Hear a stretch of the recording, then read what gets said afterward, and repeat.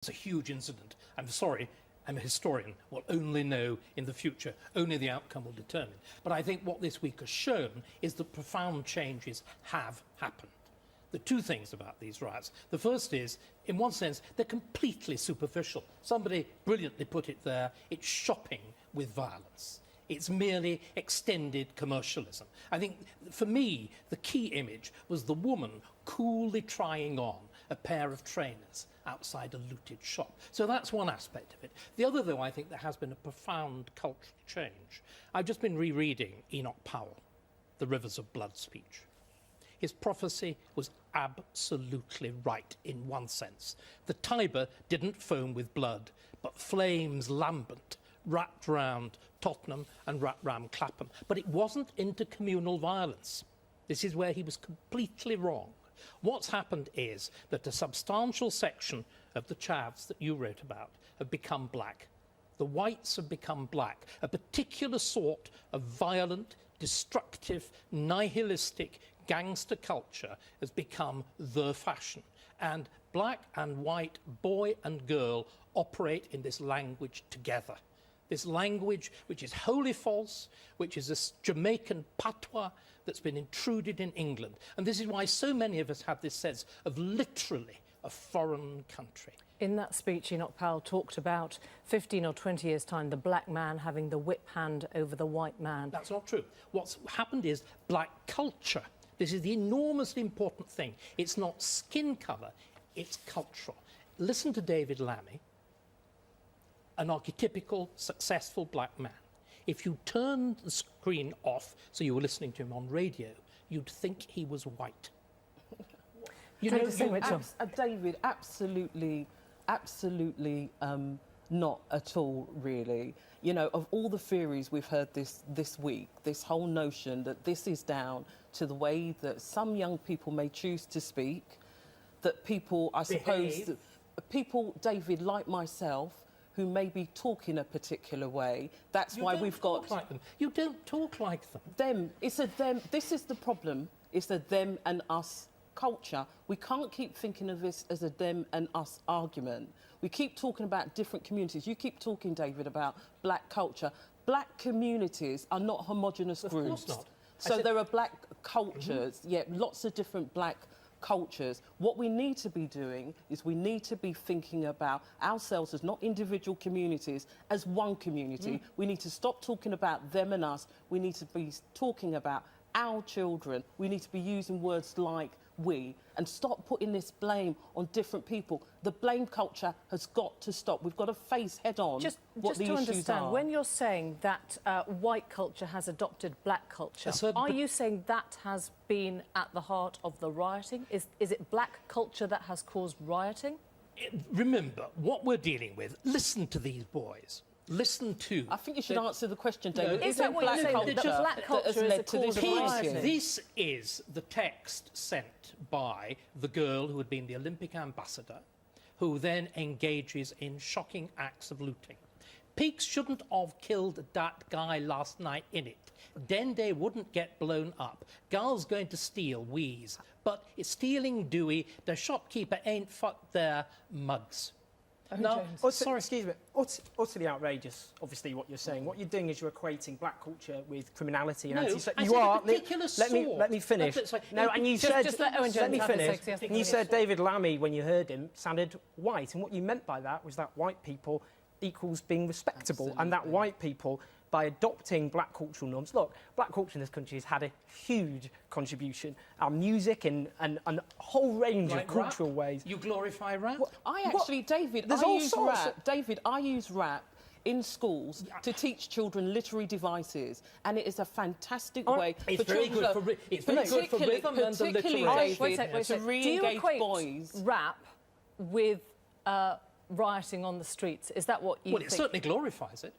Actually, if you look at rap actually glorifies some rap. If you look at their videos, actually, it reinforces the materialistic world that we live in. When was the last time you watched a rap video or looked at a rap song? Tell me about a rap artist, David. David, how much do you actually know about hip-hop? I'm genuinely curious to know about this, because you're a historian, you deal with empirical evidence, you base your theories on evidence. So explain what your evidence is before you make, frankly, what a lot of viewers will find offensive generalisations. I think in these are times when we need plain speaking. And plain speaking is necessary. You remember, we need facts, I'm David. going to give you them. If you will stop interrupting, you're getting a sort of doing a trainee Jeremy Paxman. I took part in Jamie's Dream School.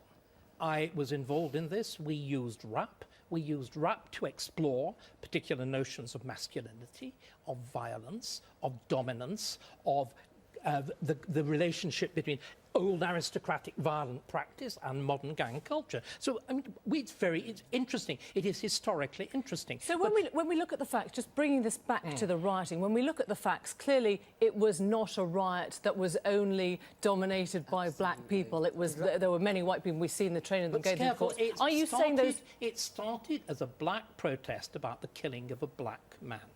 And so, can we just have that fact absolutely a peaceful protest originally? Actually, a community protest. It very quickly ceased to be and peaceful. And we've got to understand, in Tottenham in particular, OK, where, look, in this country, black people are 30 times more likely to be stopped and searched. In Tottenham, 1 in 2 people... Let me finish. 80% of gun crime is black. 1 in 2 people, 1 in 2 kids in Tottenham grow up in poverty. I know. And there's a sense of harassment by the police. And this is just the latest, let's not forget, in an example of a civilian killed in very dubious circumstances.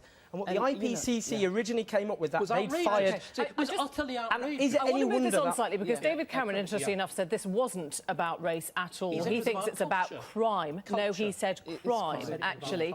Let's look at the damage to the social fabric in terms of what this says. You talked about shopping, the sort of shopping violence. Shopping with violence, yeah. Do you think, Drida, that this is part of an acquisitive culture, that sort of endless consumerism? It wasn't mindless rioting, it was rioting with a very clear commercial and purpose. actually we are the society, we've tripped ourselves up, because what have we emphasised to our children in terms of success? Success equals money. That's what we've been saying to our children for such a long time. Success equals money. So is it any wonder that the type of shops they were looting, it was all about materialism? And if you think about it, we've had a recession. One of the issues of our recession is about the way that banks behave. We let our banks off, basically. I don't remember bankers. The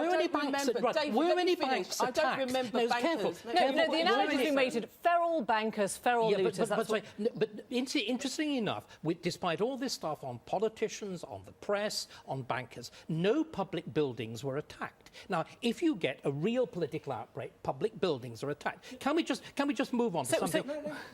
So that kind of protest is OK? No, it's not OK. I mean, I don't actually think that I don't think there is a human right to riot. And but can we just right to protest? No, there's a right to protest. Yeah. But can we just sort of try and turn this around? I am not attacking these groups. What do you mean by these groups, David? What you mean by these groups? No, please. Why you correctly say these people feel excluded? They're poor. They can't get jobs, they're searched by the police. Now, why is it that these groups, particularly in these areas, you were saying black men... I'll give you an example. Can we just look at the actual... Look, can we just look at... David, I'll give you an example. I was on my way to this building last year, David. No, listen, OK, I'm going to stop this here, because you are using black and white culture interchangeably as good and bad. And I want to know how much damage you think this has done to the fabric of society. I think it's done very considerable amount. But what I would like to see is a recognition that what is the way out for these boys and girls? The way out. And you think that's by dropping black culture? No, I think it's a particular form. I think why is it so important to do so? Because this type of black male culture militates against education. This is nothing to do with that. Owen Jones, there will be people watching who think that black culture is synonymous with gang culture, at least. Absolutely, and that is something which we need to obviously fight against. Look, there's an angry backlash going on at the moment, and understandably so. People felt terrorised in their own communities. I felt that, and my friends felt that. And there's a dangerous climate at the moment, I think, where to even begin to understand the underlying social and economic causes is seen as justifying mindless thuggery. And it's not to do that, but we have to accept there is a problem in this country in the sense that, for example, 1 in 5 young people are now out of work. If we're looking actually at black men in this country, young black men, it's half of all young black men. Now, if you just have a tiny proportion of people who feel they have no future, that they have no legitimate future ahead of them, just a tiny proportion take to the streets in the way that happened this week in the most tragic of ways, then that is enough to cause chaos on the streets. And unless we solve that, this will happen again and again. Thank you all very much indeed. We've run out of time, but thanks very much for coming in.